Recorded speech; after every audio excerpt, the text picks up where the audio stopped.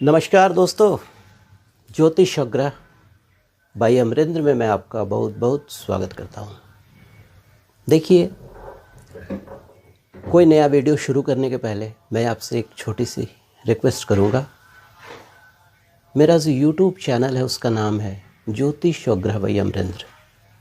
उसमें मैंने बहुत सारे मोर देन 250 वीडियोज़ उसमें डाले हैं। सारे एस्ट्रोलॉजी से रिलेटेड हैं, वास्तु से रिलेटेड हैं, कुछ न्यूमरोलॉजी पे भी हैं। न्यूमरोलॉजी पे मैं बाद में डिस्कस करूँगा, आपको कुछ वीडियोस दूंगा। और आपसे रिक्वेस्ट है कि अगर आपने मेरा चैनल सब्सक्राइब नहीं किया है तो प्लीज़ सब्सक्राइब कर लें, लाइक बटन भी दबा देंगे और बेल आइकॉन भी दबा देंगे कि मेरा कोई भी नया वीडियो हो आपको समय पर मिल जाए। तो आइए, समय ना व्यर्थ करते हुए मैं शुरू करता हूँ। देखिए, आज मैं जो आपसे चर्चा करने जा रहा हूँ, आज मैं विस्तृत चर्चा करूँगा आपसे हमारे सौर मंडल का जो सबसे इम्पॉर्टेंट ग्रह में एक होता है, जिसको हम लोग बोलते हैं चंद्रमा। चंद्रमा ग्रह पर मैं आपसे डिस्कस करूँगा, क्योंकि हमने देखा है क्या कि हमारी जो एस्ट्रोलॉजी है वो फियर साइकोसिस में शनि, राहु, केतु और नाजे बहुत सारे अशुभ योगों को लेकर उसी में लोग व्यस्त हो जाते हैं, उसी में लिप्त रहते हैं। लिप्त मतलब मैं अपने वर्ड वापस ले रहा हूँ, लिप्त नहीं, उसी में इन्वॉल्व हो जाते हैं और उसी का सिर्फ उपाय करते रहते हैं, पूजा करते रहते हैं, पत्थरों को, स्टोन्स को पहनते रहते हैं। लेकिन चंद्रमा एक ऐसा ग्रह है जो हमारे पूरे शरीर को संचालित करता है। जो ग्रह 70% अवयव पर असर डालता है, क्योंकि हमारे शरीर में 70% वाटर का कंटेंट है। तो आप सोच सकते हैं उस ग्रह की महत्ता। तो मैं आप लोगों से गुजारिश करूंगा कि ये पूरा वीडियो देखेंगे तो बहुत सारी चिंताएं जो हैं और बहुत सारे जो कंसेप्शन है, बैड कंसेप्शन अबाउट द चंद्रमा, आपके दूर हो जाएंगे। देखिए, चंद्रमा एक ऐसा ग्रह है कि अगर आपके जन्मपत्री में मजबूत हो, अच्छे ग्रहों से दृष्ट हो, अच्छे जगह पर उसका प्लेसमेंट हो, तो आपको राज्य से पूरा ऊंचा सम्मान मिलेगा। कभी भी आपको problems, stomach problem, intestine problem और भी water intake, any kind of problem या ऐसा प्रॉब्लम जो वाटर से रिलेटेड हो, कभी नहीं आएगा। उसके अलावा माता की तरफ से सम्मान तो मिलेगा ही, माता भी आपकी अच्छे से स्वस्थ रहेंगी। और आयु का भी निर्धारण हम लोग जन्मपत्री में इस चंद्रमा से भी करते हैं। तो इस ग्रह को हम लोग कैसे नेगेट कर सकते हैं? तो आइए देखिए, अभी जो एस्ट्रोलॉजी है, 9 ग्रह तो हम लोग ऑलरेडी जानते हैं। सूर्य, चंद्रमा, मंगल, बुध, बृहस्पति, शुक्र, शनि, राहु, केतु। लेकिन 3 और ग्रह जो कि वेस्टर्न एस्ट्रोलॉजी में उसका सबसे ज़्यादा प्रभाव है, नेपच्यून, यूरेनस एंड प्लूटो। तो ये 12 ग्रह हैं। लेकिन चंद्रमा जो है मन का स्वामी है, ये सबसे ज़्यादा प्रभावित हमारे पूरे आत्मबल को और हमारे शरीर को करता है। और चंद्रमा का प्रभाव इतना है मानव जीवन पर कि आप समझ नहीं सकते हैं, सोच नहीं सकते हैं। क्योंकि देखिए, आपने देखा होगा कि चंद्रमा अगर कुंडली में गड़बड़ है, चंद्रमा प्रॉब्लमेटिक है, तो बहुत सारे प्रॉब्लम्स आते हैं। आप लाख उपाय कर लीजिए। इसलिए आज मैं विस्तृत चर्चा करूंगा इस पे। तो आइए शुरू करते हैं। देखिए, चंद्रमा सूर्य से प्रकाश लेकर पृथ्वी की परिक्रमा करता है और साथ में सूर्य की भी परिक्रमा करता है। और चंद्रमा का 2 बड़ा महत्व पाक्षिक आता है, एक अमावस्या और एक पूर्णिमा। तो जब सूर्य और चंद्रमा 6 डिग्री के अंतर पे आ जाएंगे तो पूर्णिमा होती है। और जब सूर्य और चंद्रमा 0 डिग्री के अंतर पे हों, दोनों यानी दोनों एक ही राशि में हों, तो इसके प्रभाव में मतलब अमावस्या की तिथि आ जाती है। और ऐसा तो आप जानते ही हैं कि सूर्य में ये चंद्रमा के पूर्णिमा तिथि को ही समुद्र में ज्वार भाटा भी आता है। ठीक है, चंद्रमा हमारे मन को तो नियंत्रित करता ही है और हमारा जीवन जो है मन से चलता है। धन अच्छा हो, शरीर अच्छा ना हो, मन अच्छा ना हो तो आनंद नहीं ले सकते आप ज़िंदगी का। ये है चंद्रमा ग्रह की उपयोगिता। अब आइए आगे और भी बढ़ते हैं, चंद्रमा के मूवमेंट के बारे में थोड़ा सा जानते हैं। देखिए, गणना पर ही हम राशियों का जो फल बताते हैं, गणना पर, तो हम लोग अपने ज्योतिष शास्त्र में लगन को लेकर चलते हैं, सूर्य को लेकर चलते हैं और चंद्रमा की राशि को लेकर भी चलते हैं, क्योंकि चंद्रमा जो है आपकी मानसिक स्थिति, अवसाद, प्रसन्नता, क्रूरता, हर्षित मन, क्या सोच रहे हैं, क्या सोचेंगे, इन चीज़ों को रिप्रेजेंट करता है। अगर ज्योतिष में हम सूर्य को आत्मा माने तो चंद्रमा को मन मानना पड़ेगा, और चंद्रमा को अगर दुरुस्त कर लें तो समस्याओं का हल हो जाएगा।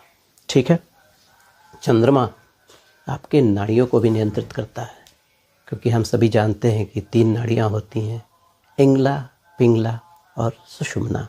ये 3 नाड़ियों का बड़ा महत्व है, कभी इस पर भी चर्चा करूँगा आपसे बाद में। देखिए, चंद्रमा हमारे मन के आवेग को तो कंट्रोल करता ही है। अगर कुछ बायोलॉजिकल टर्म की बात करूँ तो यहाँ जो हमारा पिट्यूटरी और पीनियल ग्लैंड है, पिट्यूटरी ग्लैंड से जो सिक्रीशन होता है 5-हाइड्रोक्सीट्रिप्टामाइन, सेरोटोनिन का, और न्यूरॉन कंडक्शन को भी ये कंट्रोल करता है। इतनी महत्ता है इस चंद्रमा का। तो चंद्रमा, मैं आपसे अनुरोध करूँगा कि चंद्रमा ग्रह को पूरे प्रायोरिटी के साथ अपनी जन्मपत्री का विश्लेषण हमेशा करवाएं। चंद्रमा से अनेकों योग बनते हैं, वो आने वाले अभी इसी वीडियो में मैं आपको बताऊंगा। अब आइए थोड़ा सा बात कर लेते हैं चंद्रमा के बारे में। देखिए, चंद्रमा कर्क राशि में स्वराशि का होता है, वृष राशि में उच्च का हो जाता है, और चंद्रमा जो है वृश्चिक राशि में नीच का हो जाता है। और चंद्रमा के 3 नक्षत्र होते हैं, विशाखा, हस्ता और श्रवण नक्षत्र। ये तीनों नक्षत्र जो है ना, ये चंद्रमा के होते हैं, और यहाँ से चंद्रमा का रिप्रेजेंटेशन होता है। जल तत्व का यह ग्रह है, और चंद्रमा का जो रत्न होता है ना, वो मोती होता है।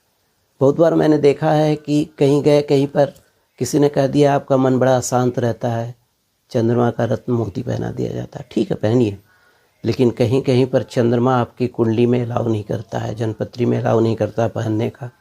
अगर आप पहनते हैं तो you may have lot of problems. चंद्रमा जो हमारी माता को भी रिप्रेजेंट करता है, क्योंकि 9 मंथ, 2/3 साल में, 1 वर्ष में माता अपने गर्भ में रखती हैं, और पृथ्वी और चंद्रमा का रिश्ता माँ का है।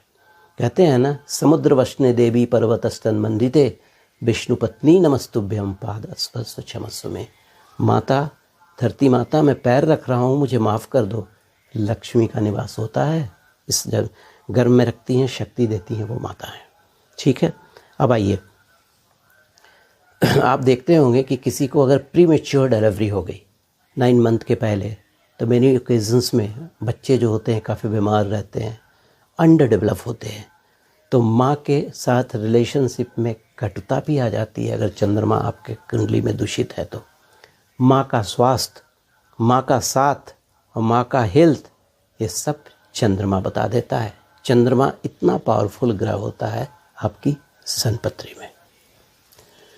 देखिए, चंद्रमा अगर न्यूमरोलॉजी के अनुसार जाते हैं तो चंद्रमा का जो नंबर होता है वो 2 होता है। सोमवार इसका दिन होता है, और चंद्रमा का जो रिप्रेजेंटेशन होता है माता का, मन का, जल तत्व को प्रभावित करता है, बुद्धि, राज्य कृपा, संपत्ति, फिर उसके अलावा नमक का बिजनेस, फूल, चावल, मधु, मिश्री का रिप्रेजेंटेशन जो होता है इस चंद्रमा से होता है। उसके अलावा एक्सपोर्ट इंपोर्ट का बिजनेस भी हम लोग चंद्रमा से देखते हैं। प्लास्टिक की जो इंडस्ट्री होती है उसको भी हम लोग चंद्रमा से देखते हैं। रेलवे, स्टीमर, इस तरह की इंडस्ट्री को भी हम लोग चंद्रमा से देखते हैं। उसके अलावा डेयरी, ब्लड सर्कुलेशन और लेफ़्ट और बाईं आँख को भी हम लोग चंद्रमा से ही देखते हैं। फेफड़े, छाती और मेमोरी पावर को भी ये डिनोट करता है।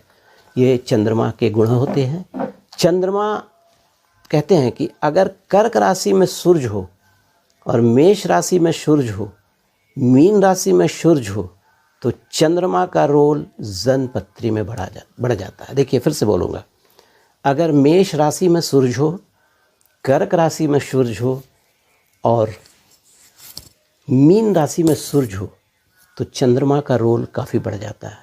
इसका साइंटिफिक रीज़न क्या है? कर्क राशि में अगर सूर्य हो गया तो सूर्य से अगर हम लोग लगन को देखें तो चंद्रमा लगन का स्वामी हो गया।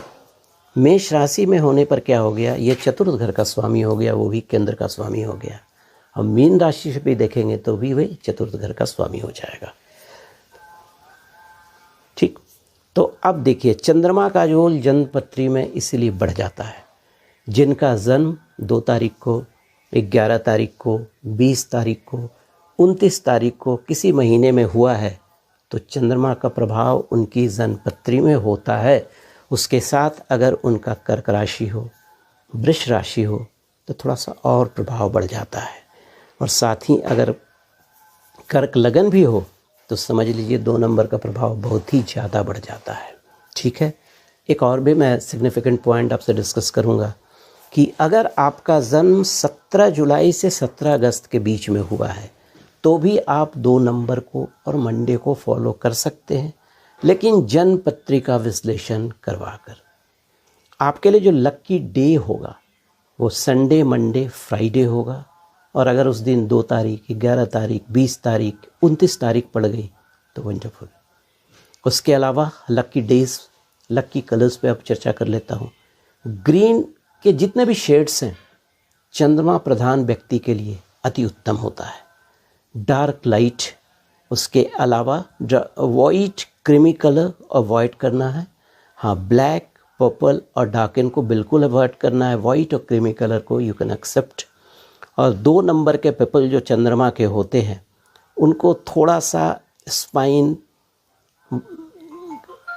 का तो प्रॉब्लम नहीं आएगा, लेकिन वो लोग स्ट्रिंग का जो म्यूज़िक, अगर म्यूजिशियन अगर बनना चाहते हैं या उनको लगता है कि उनकी रुचि थोड़ा सा म्यूज़िक वर्ल्ड में है तो स्ट्रिंग वाले जो एपरेटस होते हैं, वायलिन होते हैं, फिर पाइप्स, बांसुरी जो होती है, उसमें ये लोग बड़े दक्ष होते हैं। अब आइए थोड़ा सा चर्चा करता हूँ कि अगर आपकी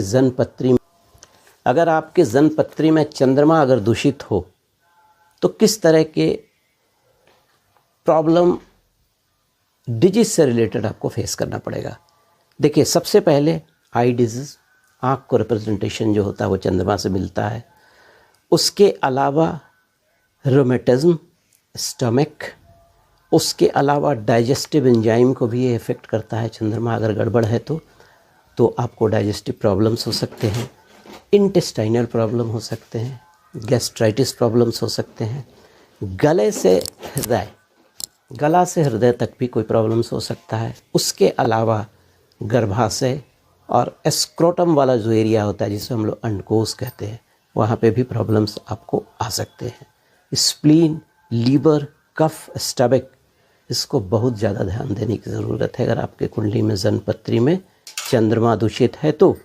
और अगर गायनी प्रॉब्लम है तो आप इन फ्रूट्स या वेजिटेबल का अगर उपयोग करते हैं तो आपके लिए अति उत्तम होगा। लेट्यूस हो गया, फिर उसको हम लोग जिसको टर्निप बोलते हैं, शलजम, खीरा, ककड़ी, तरबूज, है ना, इसको आप फिश कर सकते हैं। वाटरी फ्रूट और शीफिस, इन चीज़ों का भी सेवन करते हैं तो आपके जन्मपत्री में चंद्रमा की स्थिति मजबूत होती चली जाएगी। तो ये तो बिल्कुल हम कह सकते हैं कि चंद्रमा की सबसे ज़्यादा उपयोगिता और एक इम्पॉर्टेंट प्लैनेट होता है हमारे जन्मपत्री में। देखिए चंद्रमा जन्मपत्री में आयु का निर्धारण जो मैं आपसे ऑलरेडी कह चुका हूँ, चंद्रमा की स्थिति के अनुसार ही आकलन किया जाता है। कमज़ोर हो तो आपका हेल्थ वीक होगा, आयु में भी शायद हो सकती है थोड़ी सी कटौती हो जाए। और सूर्य को जो प्राण शक्ति मिलती है ना, वो चंद्रमा से मिलती है। और चंद्रमा का प्रकाश एवं शक्ति सूर्य से मिलती है। चंद्रमा को जो प्रकाश और शक्ति सूर्य से मिलती है। तो ये मानकर चलिए कि अगर आपके जन्मपत्री में सूर्य की मजबूती, अगर सूर्य मजबूत हो तो चंद्रमा को मजबूती और सक्रियता प्राप्त होती है। यानी अगर आपके जन्मपत्री में सूरज मेष राशि का हो, सिंह राशि का हो, मीन राशि का हो और अच्छे घर में बैठे हों, 10वें में बैठे हों, 5वें में बैठे, मतलब जहाँ पर भी अच्छे जगह पर 6, 8, 12 को छोड़कर, 3 को भी छोड़कर, तो एक उत्तम स्थिति चंद्रमा के लिए मतलब प्रोड्यूस करते। ठीक है। अब आइए थोड़ा सा और भी चीज़ है कि आपने बार बार देखा होगा कि जन्मपत्री में ये भी चर्चाएं होती हैं, ग्रहण दोष, चंद्रमा के साथ राहु बैठ गया, चंद्रमा के साथ केतु बैठ गया, इस पर भी मैं थोड़ा सा क्लियर करना चाहूँगा। देखिए, जन्मपत्री में चंद्रमा की जो मजबूती है ना, वो ब्रह्मांड से ऊर्जा शक्ति खींचकर सूरज को देता है। यही चंद्रमा की खासियत होती है जन्मपत्री में। और चंद्रमा को राहु केतु हमेशा खराब करने में लगे रहते हैं, क्योंकि राहु केतु अगर खराब हो जाएंगे तो धन और ऋण संबंधी परेशानियां होने लगती हैं। उसके अलावा और भी कुछ सब बाद में मैं डिस्कस करूंगा आपसे। इसकी सक्रियता पर चंद्रमा जो है सूर्य की शक्ति का संतुलन बना के रखता है।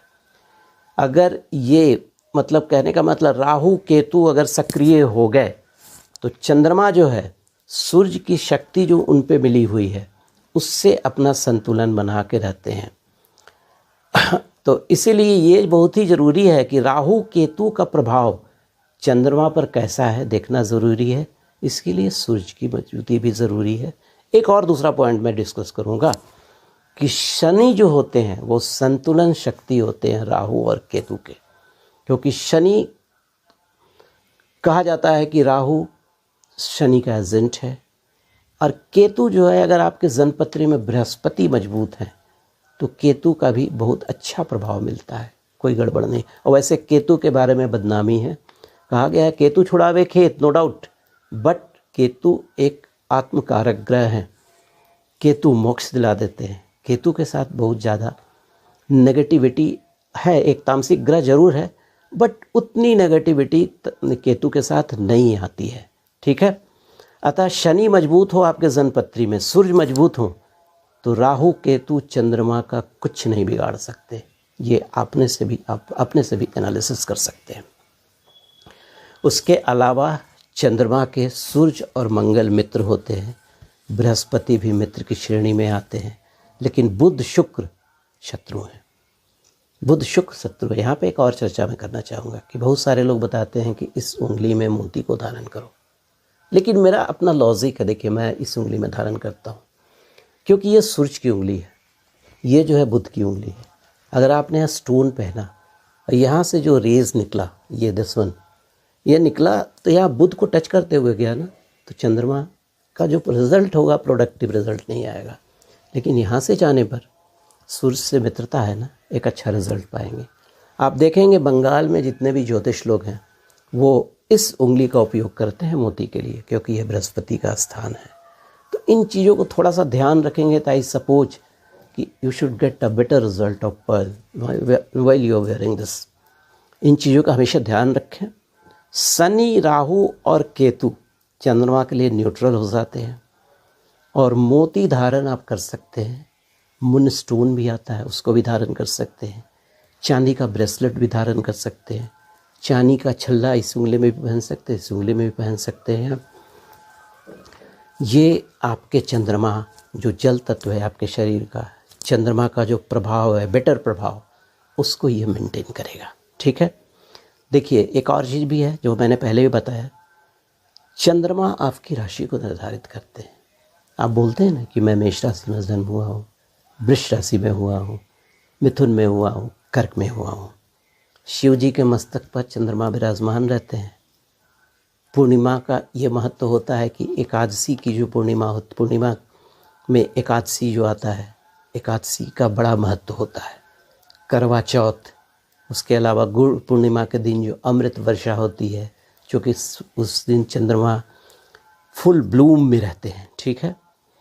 और अगर कुंडली में चंद्रमा 9वें घर में, चौथे घर में, 7वें में 50-50 में पॉइंट दूंगा, अति उत्तम रिजल्ट देते हैं। अष्टम घर में भी अच्छा रिजल्ट देते हैं अगर अकेले हो और मजबूत हो तो, और 9वें घर में। तो चंद्रमा को आप नेगेट नहीं कर सकते हैं। ये एक ऐसा प्लैनेट है जो आपके पूरे जन्म पत्री को बिल्कुल बदल के रख सकता है। देखिए, अब थोड़ा सा चर्चा कर लेता हूँ कि अगर जन्म पत्री में चंद्रमा से कौन कौन से योग बन सकते हैं। देखिए, एक योग आप जानते होंगे, केमद्रुम योग। अगर चंद्रमा के आगे और पीछे, मतलब चंद्रमा जहाँ पे स्थापित है 12वें और दूसरे घर में कोई ग्रह न होगा, तो इसको हम लोग केमद्रुम को मानते हैं। इसका साइंटिफिक रीज़न क्या है? 12वां घर होता है लॉस का और दूसरा घर होता है धन संचय का। तो धन संचय होगा ना लॉस होगा, इसका मतलब थोड़ी सी पॉवर्टी आएगी। जो एक जन्मपत्री में जो धन का योग है वो थोड़ा कमज़ोर होगा। तो ये करता क्या है? मानसिक रूप से थोड़ा अशांत करता है, आर्थिक रूप से थोड़ा अशांत करता है। तो अब है कि अब ये योग आ गए तो अब क्या करेंगे? करना कुछ नहीं, आपको शिव जी की आराधना करना है, क्योंकि शिव जी को चंद्रमौली भी बोलते हैं ना। चंद्रमा शिव जी के मस्तक पे विराजते हैं। शिव की आराधना कीजिए, गंगा जल से उनका अभिषेक कीजिए, दूध से अभिषेक कीजिए, दही से उपयोग कीजिए, और शिव जी का कोई भी मंत्र, रुद्राष्टक हो और भी ओम नमः शिवाय हो और भी नमामि शमीशाम निर्वाम रूपम, जो भी आपको लगता हो उचित, आप चंद्रमा को मनाने के लिए शिव जी की पूजा कीजिए।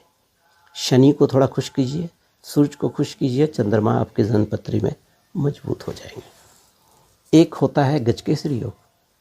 अगर बृहस्पति चंद्रमा जन्मपत्री में एक साथ हों तो गजकेसरी योग का जैसा नाम है, गज केसरी, है ना। गज केसरी, गज मतलब हाथी, केसरी मतलब सर। अपने जो हाथी पर बैठने वाला आदमी वो कभी गरीब तो नहीं हो सकता ना। केसरी बांधने, तो पगड़ी बांधने वाला आदमी भी कभी गरीब नहीं ना हो सकता। तो गज केसरी योग बना देते हैं। उसके अलावा राहु चंद्रमा, जैसे मैंने आपसे डिस्कस किया, अगर आपस में मिल जाएं तो ग्रह दोष बनता है। राहु सबसे ज़्यादा प्रभावित करते हैं। लेकिन अगर आपके जन्म पत्री में सूर्य मजबूत हो, शनि मजबूत हो, प्लेसमेंट चंद्रमा का भी अच्छा हो, तो बहुत दिक्कतें नहीं आती हैं। ठीक है। नीच का चंद्रमा अगर वृश्चिक राशि में है तो थोड़ी सी दिक्कतें करता है। Depression, hormonal problems, intestinal problem आपको कर सकता है। लेकिन आपको ये भी देखना ज़रूरी है कि अगर नीच में है तो नीच भंग हुआ है कि नहीं। नीच भंग कैसे होगा कि आप यहाँ देखिएगा कि चंद्रमा मंगल की राशि में नीच का हो जाता है, वृश्चिक राशि में।